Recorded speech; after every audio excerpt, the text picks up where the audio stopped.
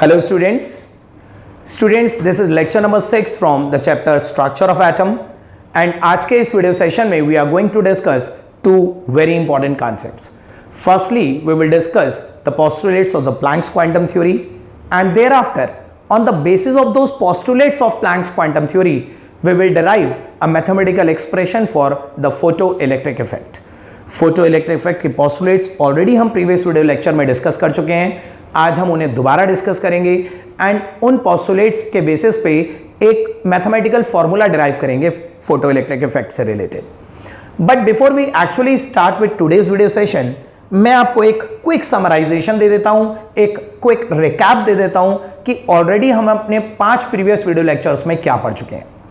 Students, you may all be knowing कि atomic structure के इस चैप्टर में we are actually suppose to discuss the various atomic models presented by different scientist. अलग अलग scientist ने आज तक कौन कौन से एटॉमिक मॉडल्स प्रेजेंट करे, एटम का स्ट्रक्चर क्या बताया गया और वो प्रीवियस एटॉमिक मॉडल्स क्यों डिस्कार्ड हो गए और आज की डेट में हम कौन सा एटॉमिक मॉडल फॉलो करते हैं. सो स्टूडेंट्स, अपने प्रीवियस वीडियो लेक्चर में ऑलरेडी मैं 2 एटॉमिक मॉडल्स के बारे में आपके साथ डिस्कस कर चुका हूं. The very first atomic model was presented by Thomson, and thereafter, after the failure of the Thomson's model, the next atomic model was presented by Rutherford. Rutherford ने अल्फा रे स्कैटरिंग एक्सपेरिमेंट के through अपना next atomic model हमें present किया था. लेकिन जब Rutherford's model भी फेल हो गया, Rutherford model was actually in contradiction with the Maxwell theory of electromagnetic radiation. तो after the failure of the Rutherford's model, next atomic model 1913 में बोर ने डेवलप करा, द बोर्स एटॉमिक मॉडल या Bohr's theory of circular orbit, जो अभी हमें discuss करनी है अपने आगे आने वाले वीडियो सेशंस में. लेकिन before we actually start with that Bohr's atomic model, we were suppose to find out कि what were the developments that led to the formation of that Bohr's model. And 2 ऐसे developments के बारे में मैंने अपने previous video lectures में आपको बताया था. The first development was the dual nature of the electromagnetic radiation and the second was atomic spectra. Atomic spectra तो अभी हमें डिस्कस करना है, लेकिन dual nature of electromagnetic radiation के बारे में हमने ऑलरेडी पढ़ना स्टार्ट कर दिया था और आज का ये वीडियो सेशन भी इसी पहले डेवलपमेंट से रिलेटेड है. Students, dual nature of electromagnetic radiation, इसका मतलब ये याद रखिएगा कि लाइट जो होती है ना, light has always been a mysterious thing among the scientist. Scientific world में लाइट हमेशा एक मिस्टीरियस रोल प्ले करती आई है. मिस्टीरियस इसलिए क्योंकि साइंटिस्ट को हमेशा इस बात को लेकर कंफ्यूजन रहा कि लाइट एक पार्टिकल है या लाइट एक वेव है. जहां एक तरफ कुछ थ्योरीज ने लाइट की वेव नेचर को एस्टैब्लिश करा, वहीं कुछ थ्योरीज लाइट को एक पार्टिकल नेचर भी एस्टैब्लिश करवाती हैं. जेम्स क्लार्क मैक्सवेल ने 1865 में एक बहुत important theory the, electromagnetic theory of radiation, जिसने लाइट को एक वेव नेचर की फॉर्म में देखा और उसने इस थ्योरी को फॉलो करते हुए, जेम्स क्लार्क मैक्सवेल ने इस थ्योरी को फॉलो करते हुए सक्सेसफुली इंटरफेरेंस और डिफ्रेक्शन जैसे पैटर्न्स को भी जस्टिफाई करा. लेकिन वहीं दूसरी तरफ कुछ ऐसे ऑब्जर्वेशंस भी देखे गए, कुछ ऐसे फैक्ट्स भी देखे गए like the photoelectric effect and the black body radiations which were not justified by the wave nature of light. In facts को एक्सप्लेन करने के लिए लाइट को एक पार्टिकल नेचर पजेस करनी ही चाहिए थी. तो इसी पार्टिकल नेचर को डिस्कस करेंगे हम आज की क्लास में in terms of Planck's quantum theory. इससे पहले के प्रीवियस वीडियो लेक्चर में मैं आपको जेम्स क्लार्क मैक्सवेल की इलेक्ट्रोमैग्नेटिक थ्योरी ऑफ रेडिएशन के बारे में ऑलरेडी बता चुका हूं. आज के इस वीडियो सेशन में जो हम प्लैंक्स क्वांटम थ्योरी डिस्कस करेंगे, वो लाइट को एक पार्टिकल की फॉर्म में ऑब्जर्व करेगी, वेव की फॉर्म में ऑब्जर्व नहीं करेगी. So let's start with today's video session. My name is Ankur Goyal and you are at the right place if you really want to unlock your brain with a key to success in chemistry. Students, Planck's quantum theory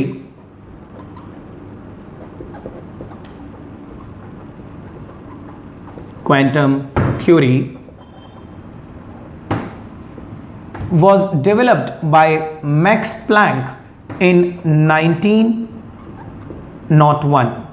Max Planck was the name of that scientist जिसने ये theory develop करी 1901 में, and this theory is actually based upon 3 very important postulates. तो चलिए discuss करते हैं वो postulates. आपके सामने बोर्ड पे वो postulates डिस्प्ले होंगे, ध्यान से इन्हें ऑब्जर्व करिए. The very first postulate says that कि the radiant energy is not released continuously but discontinuously in the form of small packets of energy called quanta.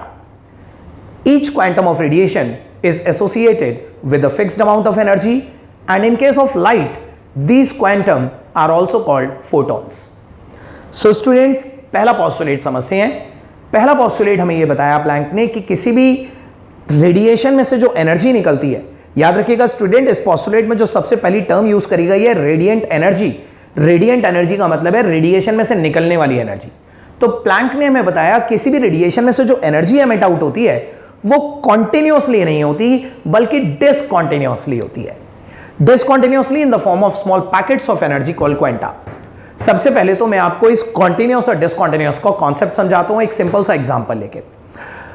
आप इमेजिन कीजिए स्टूडेंट्स की एक टैप है, एक पानी का नल है, उसे आपने बहुत लूजली क्लोज करा. आपने बंद तो कर दिया लेकिन थोड़ा लूजली बंद करा, अच्छी तरह टाइट नहीं करा. तो लूजली क्लोज करने की वजह से उस टैप में से आप देखेंगे वाटर ड्रॉप वाइज नीचे गिरता है, ट्रिकल करता है, टिप टिप टिप टिप करके वाटर अभी भी गिर रहा है क्योंकि आपने टैप को टाइटली क्लोज नहीं करा. This is a discontinuous flow of water in the form of drops. लेकिन अगर आप टैप को थोड़ा सा और लूज कर दें तो वही ड्रॉप्स और फास्टर रेट पे गिरने लग जाएंगे. ये भी डिसकॉन्टिन्यूअस है लेकिन एट अ फास्टर रेट. फिर थोड़ा और लूज कर दें तो ड्रॉप्स का रेट ऑफ फ्लो और फास्ट हो जाएगा. लेकिन जब आप टैप को फुल स्पीड पे ओपन कर देते हैं तो अब वाटर ड्रॉप वाइज नहीं कर रहा, अब वाटर एक स्ट्रीम की तरह कॉन्टिन्यूअस फ्लो में नीचे आ रहा है. So this is the continuous flow of water. लेकिन जब आपने लूजली टैप को क्लोज कर रखा था तो वो था discontinuous flow of water.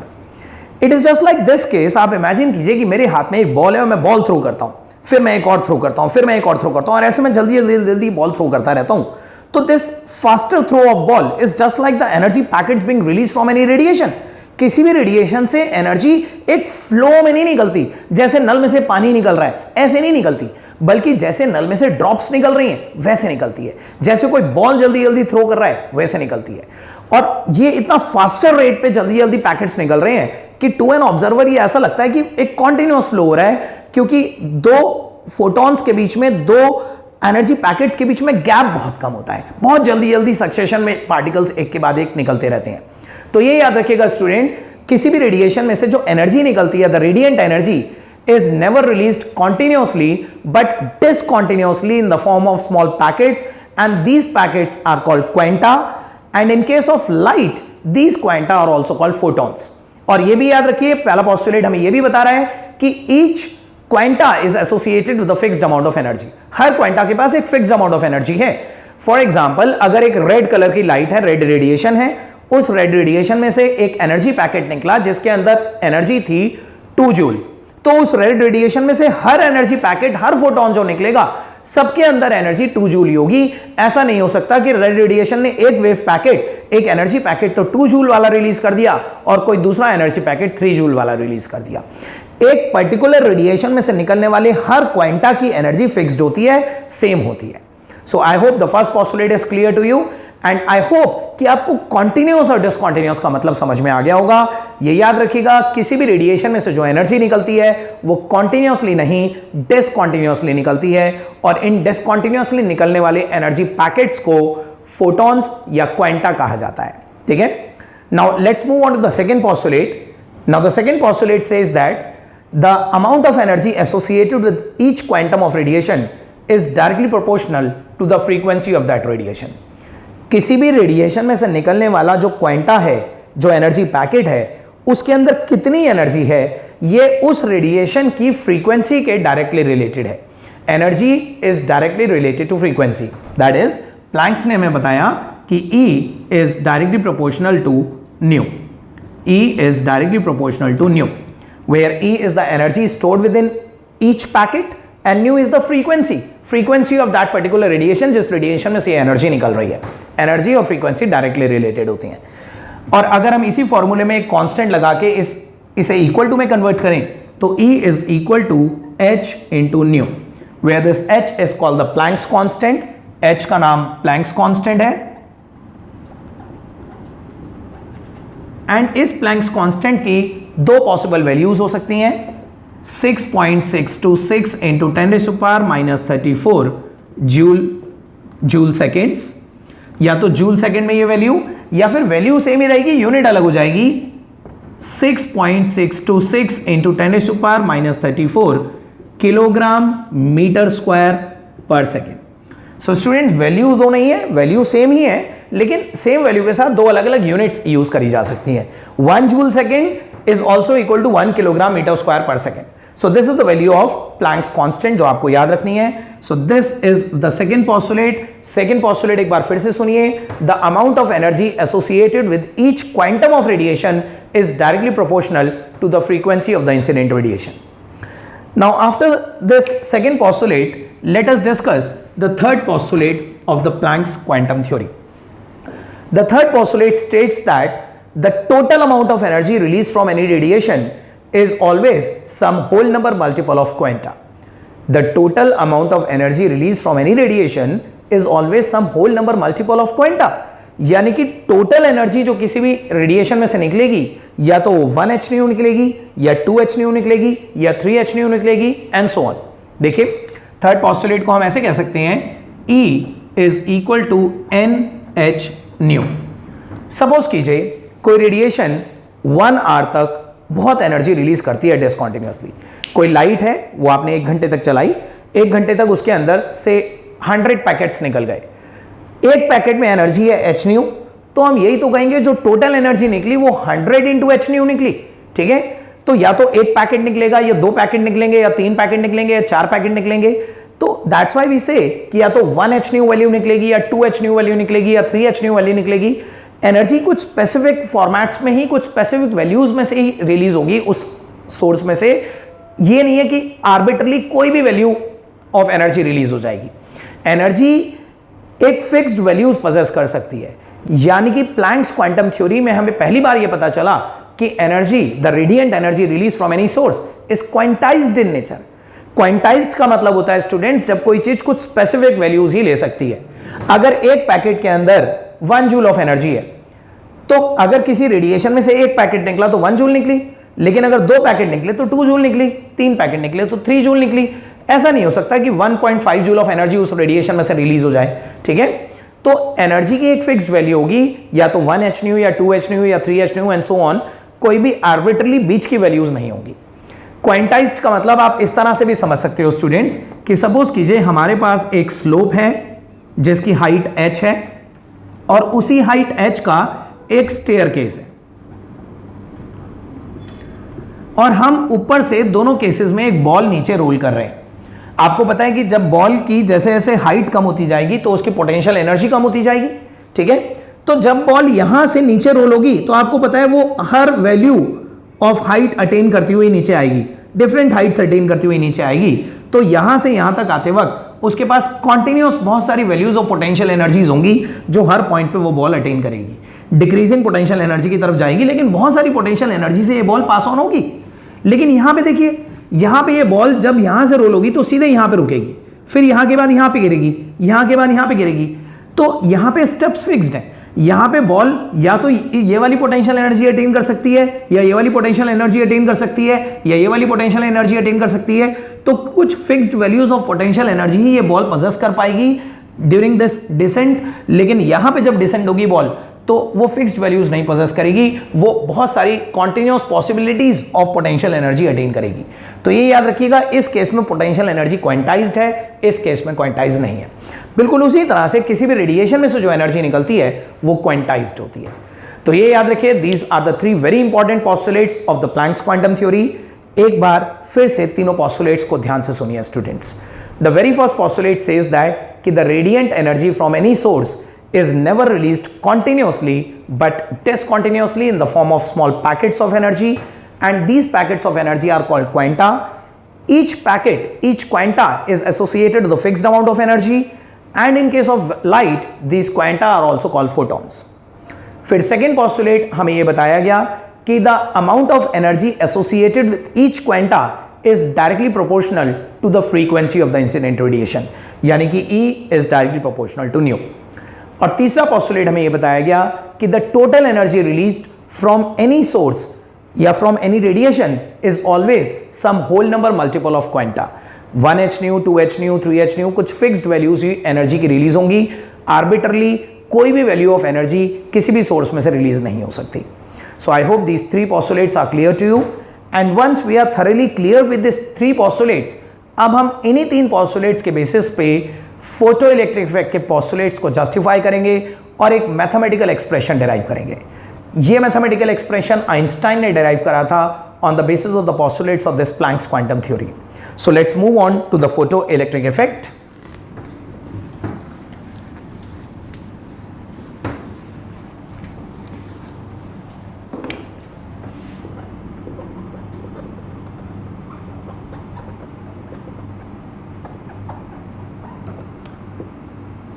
So students, photoelectric effect के 3 पोस्टुलेट्स होते हैं। तीनों पोस्टुलेट्स मैं अपने प्रीवियस वीडियो सेशन में ऑलरेडी डिस्कस करवा चुका हूं।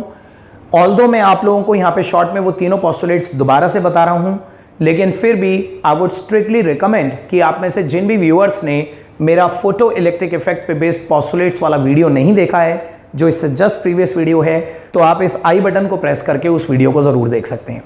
सो स्टूडेंट्स, फोटो इलेक्ट्रिक इफेक्ट के बारे में सुनिए। As per the photoelectric effect, whenever a light of suitable frequency strikes over a metal surface, then some of its electrons are ejected out from that surface, and this ejection of electron from the metal surface is called the photoelectric effect. ये याद रखिए, photo electric effect ये कहता है कि जब भी किसी मेटल सरफेस के ऊपर एक सुटेबल फ्रीक्वेंसी की लाइट रेडिएशन इरेडिएट करी जाती है, तो उस लाइट में से एनर्जी एब्जॉर्ब करके इस मेटल के इलेक्ट्रॉन फ्री हो जाते हैं और वो इलेक्ट्रॉन इस मेटल सरफेस को इजेक्ट आउट करके एमिट आउट होने लग जाते हैं, and this ejection and emission of electron is called the photo emission, and वो निकलने वाले इलेक्ट्रॉन उन्हें फोटो इलेक्ट्रॉन कहा जाता है। ठीक है, सो स्टूडेंट्स एक बार इसे डायग्रामेटिकली समझते हैं। सपोज कीजिए this is a metallic surface, और इस मेटालिक सरफेस में ये एक इलेक्ट्रॉन है। बहुत सारे इलेक्ट्रॉन होंगे, मैंने कोई एक इलेक्ट्रॉन दिखाया है। तो ये एक मेटालिक सरफेस है, इसमें एक इलेक्ट्रॉन है, और अगर हम इस इलेक्ट्रॉन के ऊपर एक सुटेबल फ्रीक्वेंसी की लाइट इरेडिएट करते हैं, this is the incident radiation, तो इस रेडिएशन में से एनर्जी एब्जॉर्ब करके ये इलेक्ट्रॉन सरफेस को छोड़ के इजेक्ट आउट कर जाएगा, एंड दिस इलेक्ट्रॉन जो इजेक्ट आउट हुआ will be known as a photoelectron. So this is called the photoelectric effect. लेकिन इस फोटो इलेक्ट्रिक इफेक्ट के भी 3 पोस्टुलेट्स थे। वो 3 पोस्टुलेट्स एक बार फिर से सुनिए। पहला पोस्टुलेट ये कहता है कि for every metal certain minimum frequency of light is required to eject out an electron. किसी भी मेटल सरफेस पे से इलेक्ट्रॉन इजेक्ट आउट करने के लिए एक minimum frequency of radiation required होगी, and that minimum frequency of radiation is called the threshold frequency, and frequency less than threshold will not be able to eject out an electron no matter for how long the radiation has been radiated over that surface. बहुत simple terms में समझाता हूं students. Photoelectric effect में हमें बताया गया कि suppose कीजिए मेरे हाथ में ये मेटल सरफेस है, इस मेटल सरफेस पे हम लाइट डालेंगे तो इसमें से इलेक्ट्रॉन निकलेगा, लेकिन ऐसा नहीं है कि आप इसके ऊपर कोई सी भी रेडिएशन डाल दोगे तो इलेक्ट्रॉन निकल जाएगा। इसके सरफेस पे कुछ स्पेसिफिक फ्रीक्वेंसी की रेडिएशन डालने से ही इलेक्ट्रॉन निकलेगा, एंड दैट पर्टिकुलर फ्रीक्वेंसी जो इसमें से इलेक्ट्रॉन निकालने के लिए चाहिए, that frequency is called the threshold frequency. Threshold frequency से ज्यादा या उसके बराबर की फ्रीक्वेंसी डालने से तो इलेक्ट्रॉन निकल जाएगा, लेकिन अगर थ्रेशोल्ड फ्रीक्वेंसी से कम फ्रीक्वेंसी की लाइट इस पर डालेंगे तो कितनी भी देर तक लाइट डालते रहिए इलेक्ट्रॉन नहीं निकलेगा। ठीक है, तो हर मेटल के लिए एक मिनिमम रिक्वायरमेंट होती है फ्रीक्वेंसी की, and that minimum frequency is called the threshold frequency. Threshold frequency, इस थ्रेशोल्ड फ्रीक्वेंसी को हम न्यू नॉट से रिप्रेजेंट करते हैं। ठीक है, now let's move on to the second postulate. Students मैं आपको फिर बता रहा हूं, ये पोस्टुलेट्स हम ऑलरेडी अपने प्रीवियस वीडियो लेक्चर में कर चुके हैं। जिन लोगों को ये पोस्टुलेट्स और थोड़ा डिटेल में समझने हैं वो प्रीवियस वीडियो लेक्चर जरूर देख सकते हैं। आज हम उन्हीं पोस्टुलेट्स के बेसिस पे एक फॉर्मूला डिराइव करेंगे। So the second postulate says that the kinetic energy of the ejected electron is independent of the intensity of the incident radiation, but it is directly proportional to the frequency of the incident radiation. Second postulate ये कहता है कि ये जो electron निकला surface में से, ये इलेक्ट्रॉन अपने साथ कितनी काइनेटिक एनर्जी लेकर जाएगा, ये इस बात पे डिपेंड नहीं करता कि इंटेंसिटी ऑफ इंसिडेंट रेडिएशन क्या थी, बल्कि ये इस बात पे डिपेंड करता है कि फ्रीक्वेंसी ऑफ इंसिडेंट रेडिएशन क्या थी। Kinetic energy is directly proportional to the incident frequency. जितनी ज्यादा इंसिडेंट फ्रीक्वेंसी की लाइट डालेंगे उतनी ज्यादा काइनेटिक एनर्जी इलेक्ट्रॉन अपने साथ ले जाएगा, and we will justify this postulate. हम इसे आज की क्लास में जस्टिफाई भी करेंगे, बट ये याद रखिएगा किसी भी सरफेस पे से जो इलेक्ट्रॉन निकल रहा है वो अपने साथ एक काइनेटिक एनर्जी लेता हुआ जाता है, और वो अपने साथ कितनी काइनेटिक एनर्जी लेके बाहर चला जाएगा ये इस बात पर डिपेंड करता है कि कितनी ज्यादा हाई फ्रीक्वेंसी की लाइट रेडिएशन आपने सरफेस के ऊपर रेडिएट करी थी। And the third postulate states that कि the total number of electrons ejected out from this metal surface are independent of the frequency of the incident radiation, rather that depends upon the intensity of the incident radiation. इस surface में से कितने electron निकल जाएंगे एक given time frame में, ये इस बात पे डिपेंड नहीं करेगा कि आपने कितनी ज्यादा फ्रीक्वेंसी की रेडिएशन डाली है, बल्कि इस बात पे डिपेंड करेगा कि जो रेडिएशन आपने डाली है, जो रेडिएशन इंसिडेंट करी है, उसकी इंटेंसिटी क्या है। इंटेंसिटी से मतलब है कि उसमें जो एनर्जी पैकेट्स निकल रहे हैं वो कितना जल्दी जल्दी निकल रहे हैं। जितना जल्दी जल्दी एनर्जी पैकेट्स इस रेडिएशन में से निकल के मेटल सरफेस पर स्ट्राइक करेंगे, उतना जल्दी जल्दी इसके इलेक्ट्रॉन्स भी इजेक्ट आउट होते चले जाएंगे। सो आई होप स्टूडेंट्स आप लोगों को फोटो इलेक्ट्रिक इफेक्ट के तीनों पोस्टुलेट्स अच्छी तरह क्लियर हो गए, एंड अब हम इन्हीं फोटो इलेक्ट्रिक इफेक्ट के पोस्टुलेट्स को जस्टिफाई करेंगे on the basis of the Planck's quantum theory. In fact ये जस्टिफिकेशन हमें आइंस्टाइन ने दिया, और आइंस्टाइन ने इन फोटो इलेक्ट्रिक इफेक्ट के एक्सप्रेशन से रिलेटेड एक मैथमेटिकल एक्सप्रेशन भी डिराइव करवाया। तो देखते हैं कि वो मैथमेटिकल एक्सप्रेशन क्या था। देखिए स्टूडेंट्स, मैंने आपको बताया कि इस मेटल सरफेस पे जब हम इंसिडेंट फ्रीक्वेंसी इरेडिएट करते हैं तो इस मेटल सरफेस पे से कुछ एनर्जी एब्जॉर्ब करके इलेक्ट्रॉन इजेक्ट आउट हो जाता है। अब आइंस्टाइन टोल्ड अस कि जो टोटल एनर्जी हम मेटल सरफेस के ऊपर डालते हैं, that total energy incident on the metal surface is actually divided into two parts. जो भी टोटल एनर्जी हमने मेटल सरफेस पे डाली उसमें से कुछ एनर्जी इलेक्ट्रॉन ने अपने आप को फ्री करने के लिए यूज कर ली, which is called the binding energy, और जो रिमेनिंग एनर्जी थी वो इलेक्ट्रॉन अपने साथ काइनेटिक एनर्जी की फॉर्म में लेके मूव कर गया। सो आइंस्टाइन ने बताया कि the total incident energy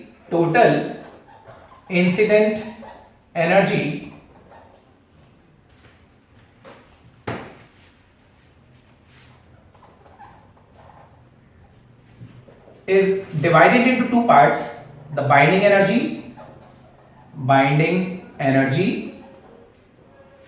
plus kinetic energy। और ये याद रखिएगा students, this binding energy is also known as the work function, इसे वर्क फंक्शन भी कहते हैं। अब ये पता लगाते हैं कि टोटल इंसिडेंट एनर्जी की वैल्यू क्या होगी। सपोज कीजिए let nu be the incident frequency। Suppose करो इस मेटल सरफेस पे जो हमने फ्रीक्वेंसी रेडिएट करी उसकी वैल्यू न्यू थी, and now as per the Planck's quantum theory we already know कि h into nu is energy, तो जो टोटल एनर्जी हमने इंसिडेंट करी वो h न्यू हो जाएगी, and nu not is the minimum frequency. Minimum frequency से हमारा मतलब है the threshold frequency, new not वो मिनिमम फ्रीक्वेंसी है जो इलेक्ट्रॉन को इजेक्ट आउट करने के लिए चाहिए। सो वी कैन से कि the total incident energy is h nu because nu was the incident frequency, and the binding energy is h nu naught, where nu naught is the minimum threshold frequency। तो threshold frequency को h से multiply करेंगे तो minimum energy आ जाएगी plus half mv square. So this becomes the formula of the photoelectric effect। अब इस फॉर्मूले में एक रीअरेंजमेंट करते हैं, h nu naught को लेफ्ट में लाएंगे तो h nu minus nu naught is equal to half mv square। So this becomes the formula of the photoelectric effect developed by Einstein on the basis of the postulates of the Planck's quantum theory। अब students इस postulate की एक छोटी सी, इस फॉर्मूले की एक छोटी सी केस स्टडी भी परफॉर्म करते हैं। देखिए केस 1,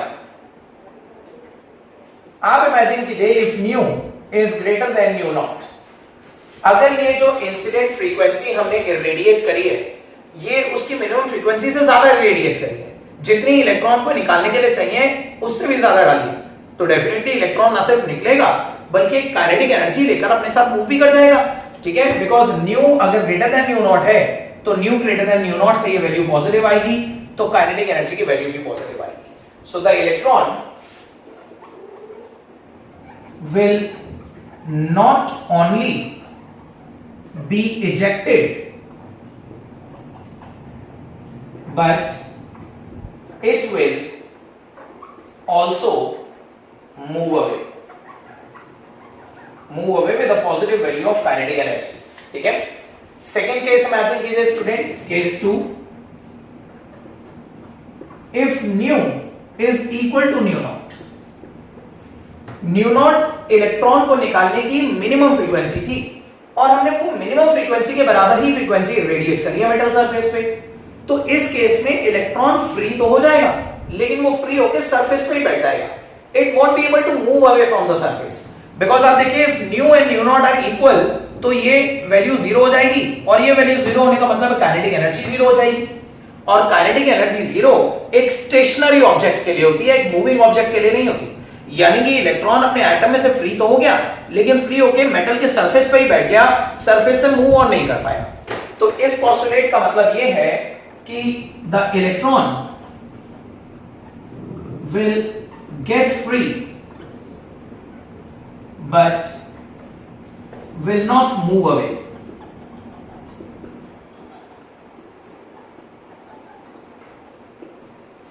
एंड लास्टली तीसरा केस देखिए students, if nu is less than new not. अगर हमारी इंसिडेंट फ्रीक्वेंसी मिनिमम फ्रीक्वेंसी से भी कम है, जितनी फ्रीक्वेंसी इलेक्ट्रॉन को इजेक्ट आउट करने के लिए चाहिए उससे भी कम फ्रीक्वेंसी की लाइट हमने रेडिएट करी है, तो फिर तो आप चाहे कितनी भी देर तक रेडिएशन डालते रहिए मेटल सरफेस पे, इलेक्ट्रॉन निकलेगा ही नहीं। तो इस केस में no ejection will take place, no ejection will occur. So these were the case study of this final formula. याद रखिए, this is the final expression for the photoelectric effect. आपको इसी expression based numericals की practice करनी है। अब finally students एक छोटा सा क्वेश्चन आप लोगों को एज अ होमवर्क दे रहा हूं मैं। इस फॉर्मूले पे बेस्ड एक न्यूमेरिकल जो अभी आपके सामने स्क्रीन पे डिस्प्ले होगा, उस न्यूमेरिकल को आपको सॉल्व करना है और उसका सही आंसर मुझे कमेंट बॉक्स में रिपोर्ट करना है। आई होप आप सभी लोग उस क्वेश्चन को अटेम्प्ट करेंगे, सही आंसर मुझे कमेंट बॉक्स में रिपोर्ट करेंगे। उसका सही आंसर मैं आपको अपने नेक्स्ट वीडियो सेशन में एक्सप्लेन भी करूंगा। So the question is here displayed over the screen. When an electromagnetic radiation of wavelength 300 nanometer strikes the metal surface of sodium, the electrons are emitted with a kinetic energy of 1.68 into 10 to the power 5 joules per mole. What is the minimum energy needed to remove an electron from the sodium, and what is the maximum wavelength that will cause a photoelectron to be emitted? So students, this is a home assignment for you. एक छोटा सा question दिया है, इसे जरूर attempt करिएगा। आज के इस वीडियो सेशन में हम इतना ही डिस्कस करेंगे। अपने नेक्स्ट अपकमिंग वीडियो लेक्चर्स में हम एटॉमिक स्पेक्ट्रा और Bohr theory of circular orbit के बारे में डिस्कस करेंगे। Till then have a great day. Thank you.